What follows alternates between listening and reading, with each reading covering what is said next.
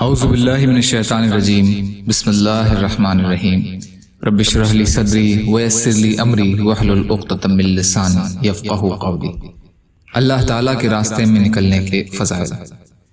حضرت زید بن ثابت رضی اللہ عنہ فرماتے ہیں کہ میں نے رسول اللہ صلی اللہ علیہ وسلم کو یہ ارشاد فرماتے ہوئے سنا کہ جس شخص نے اللہ کے راستے میں گھوڑا وقف کیا تو اس کا یہ عمل جہنم کی آگ سے آڑ بنے گا۔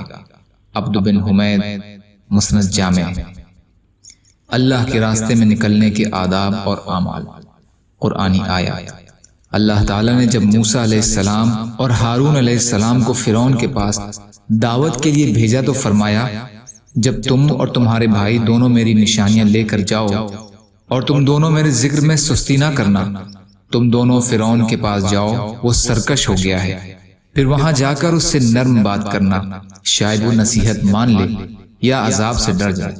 دونوں بھائیوں نے کہا، اے ہمارے رب، ہم اس بات سے ڈرتے ہیں کہ کہیں وہ ہم پر زیادتی نہ کر بیٹھے یا اور زیادہ سرکشی نہ کرنے لگے کہ جس زیادتی اور سرکشی کی وجہ سے ہم تبلیغ نہ کر سکیں۔ اللہ نے فرمایا، بے شک میں تم دونوں کے ساتھ ہوں، سب کچھ سنتا اور دیکھتا ہوں، یعنی تمہاری حفاظت کروں گا اور فرعون پر رعب ڈال دوں گا تاکہ تم پوری تبلیغ کر سکو۔ سورۃ طٰہٰ آیت نمبر 42 سے 46۔ یا اللہ ہم سب کو کہنے سننے سے زیادہ عمل کی توفیق عطا فرما۔ یا اللہ جو مظلوم ہیں، پریشان حال ہیں، بیمار ہیں، قرض میں ہیں، بے روزگار ہیں، محتاج ہیں، ان کی مدد فرما۔ یا اللہ جو دنیا سے ایمان کی حالت میں چلے گئے، ان کی مغفرت فرما۔ یا اللہ ہم سب کو حادثات کی موت سے بچا، آپ کی خوشنودی والی شہادت کی موت کا درجہ عطا فرما۔